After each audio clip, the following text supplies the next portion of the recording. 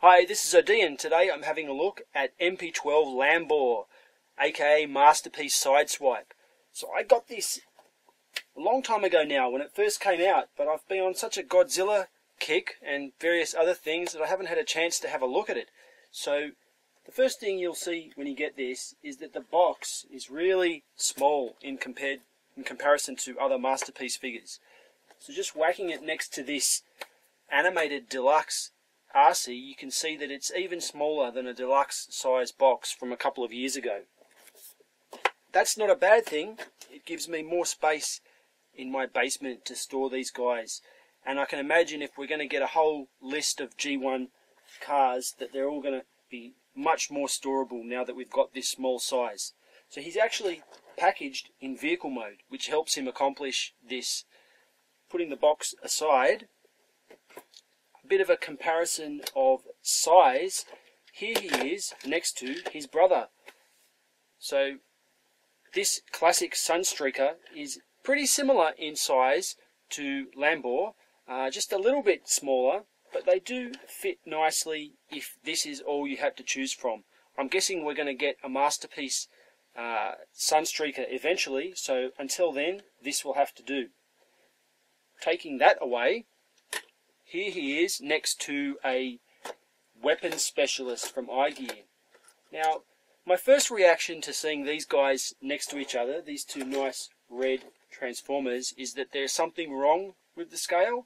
But then when I think back to other times where I haven't seen a Lamborghini Countach, but I have seen newer versions of Lamborghini's cars around from time to time, and they are quite wide, very low, but also very wide and very big.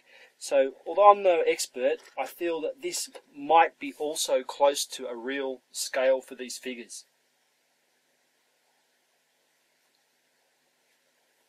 Taking that away, you can see that he rolls reasonably well. So this is not hard ground I've got it on, it's just a piece of cardboard balancing on something. So those scraping noises are probably due to an uneven surface that I've got it on, but there is a very, very tight clearance between the wheels and the bottom of the car and the ground. So I can see how easily a defect in manufacturing could lead to definite scraping on some figures. One thing to note is that these wheels are not rubber. Maybe the first Masterpiece without rubber wheels. And out of all the problems that people bring up with this figure, that is the one that disappoints me the most. It's not a huge problem, but I really do like my thick rubber wheels on high-end figures. So you can see, just coming a bit closer here, that he is beautiful and red. Now this is a licensed product from Lamborghini, so this is the red that Lamborghini would have made this car. My paint is pretty good. I have no bubbles, no streaks, no scratches, no fingerprints, none of the things that people have been complaining about. The only thing that I would mention is that because this is an entirely painted figure, some areas like this, when you look at it in a really bright light, you can see that the dark colour of the plastic underneath is showing through the paint a little, and maybe a slightly thicker application or a slightly more applications of paint may have improved that a little bit. But the areas where it really counts, on this big bonnet, the part that you see most of the time, the paint is pretty spot on. I mean, not perfect, but good enough for a Transformer. It doesn't stack up to anything like the levels of quality that Bandai of Japan do, but for TakaraTomy, not a bad job. The Autobot logo is very crisply done and no defects there. Just looking at the back also, if I can just focus on that properly, give me a second. You can see that it does say Lamborghini and Countach on the back in very fine writing, and I'm guessing that was a requirement of getting the license to produce this toy. So this is really a good, accurate, scaled down Lamborghini car, if that's what you're interested in, even if you don't care about whether it's a Transformer or not. putting him down, you can see that he comes with a rocket launcher, just like his G1 rocket launcher, sadly with no red missile, which is another missed opportunity. And he also comes with this silver blaster, like he did in G1. These two guns can each peg into a little hole at the top, if you want, which is right here, and it is covered by a retractable plate, a trick they may have learned from Dark of the Moon. So it's a little bit hard to peg in. And to be honest, I don't like doing it because I feel that it may end up causing me some kind of paint problem. But nevertheless, it does peg in if you want to have a weapon in vehicle mode. And I'm guessing that the upcoming Red Alert version of this mold is going to have a light bar that pegs into that spot.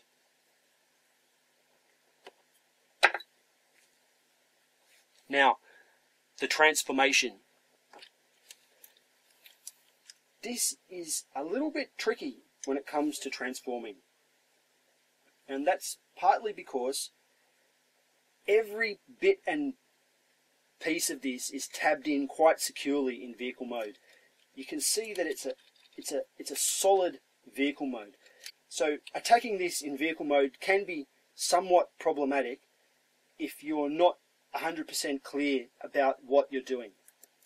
So this is the way I do it. The first thing I do is get these wheels and bend them down. And the reason I do that is because the next part, where your arms are going to move into this position, if there wasn't a perfect alignment here, it would bump into the wheels and might snap a piece of the plastic off. Next, I'm just going to extend the arms out and open them up like so to flip out the robot hands, which are a little bit stuck now. Okay, fold the panel back down. Afterwards, just to close it up. Okay. The next thing I'm going to do is just loosen all these little bits and pieces up here, because what I want to do is I want to pop that roof. There's some little tabs in these areas that are holding it down. So you can see once it's popped up, everything sort of freely moves from that point on. And these feet, which were solidly tabbed in, can now unpop as well. I'm going to bend these little bits of glass just back in like that, and then focus more on the leg sections. So it's a little bit tricky. What I'm going to do is get these fins out of the way and rotate this whole section downwards like this. Then bend this section just above each of the rear wheels into this alternate position. And you'll see what we have here is a big kind of explosion. The side panels will rotate down, and at the same time the little back sections of the lights will rotate up. Again on the other side, down that part, up this part. Now what you're going to see is that all these panels do come together relatively securely, but they don't really tab into place. So they find a good spot like this where they all sit and then just gel.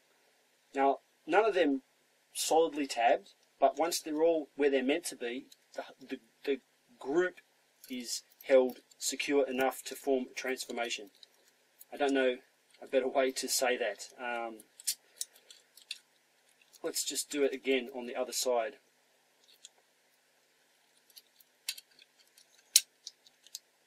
Oh, I've lost the little tab on the inside. Try again. There, and you'll see, especially here, this outline of the red part just fits into the groove there. It doesn't tab, it just fits in. Now that's basically the legs done, but what we want to do before we can say they're done is bend out the heels, because without the heels this guy won't stand up. Alright, now moving on.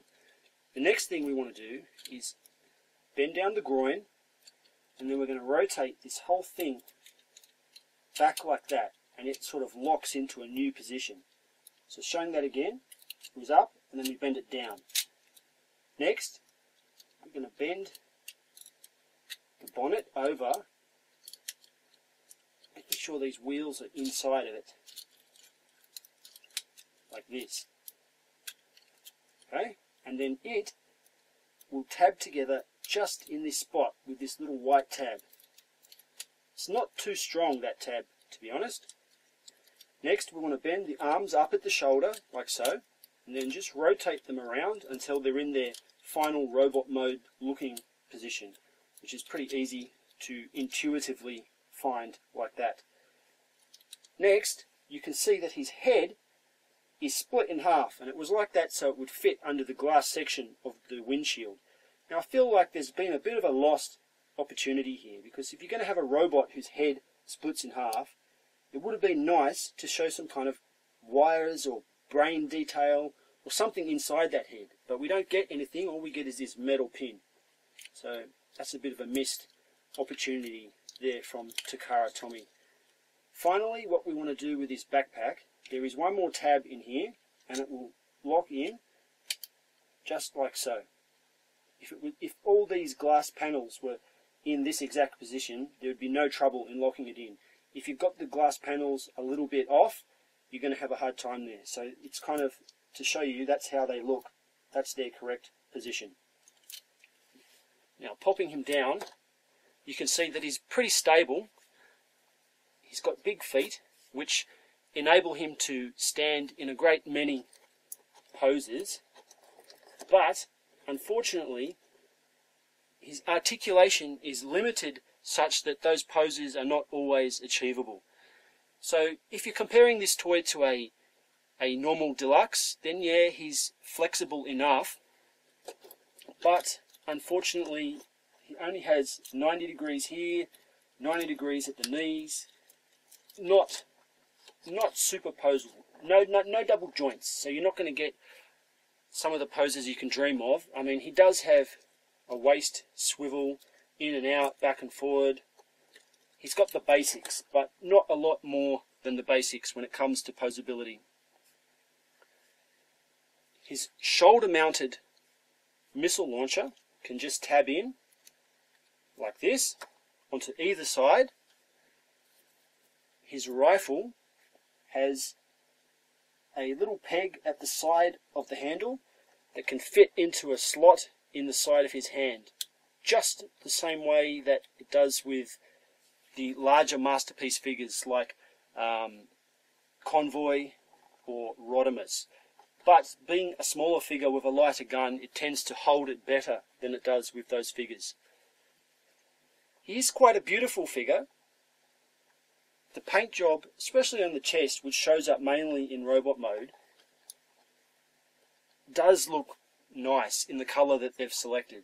So although it's a bit spotty for some people, the red is beautiful to look at.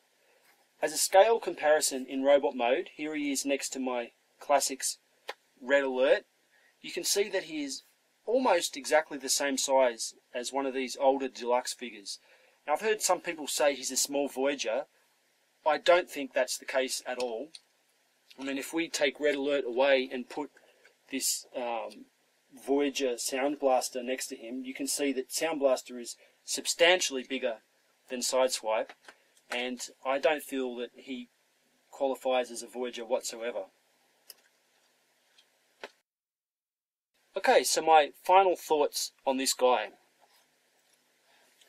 Now looking at him, you can see that it's an attractive figure, and I mean, if you like Sideswipe, or if you're a G1 fan, or even a Masterpiece fan, there's no reason not to get these. It's decent, it has a reasonable build quality, and the price isn't way too high. It's not an exorbitant price. I paid about $75 for this plus shipping, so it worked out just a bit under $90.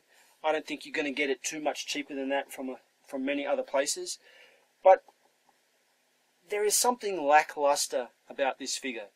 And I mentioned earlier I hadn't reviewed it for so long, even though I've had it, and perhaps the reason for that is this is not an exciting toy. This is more like a figure that you buy so you can check another box.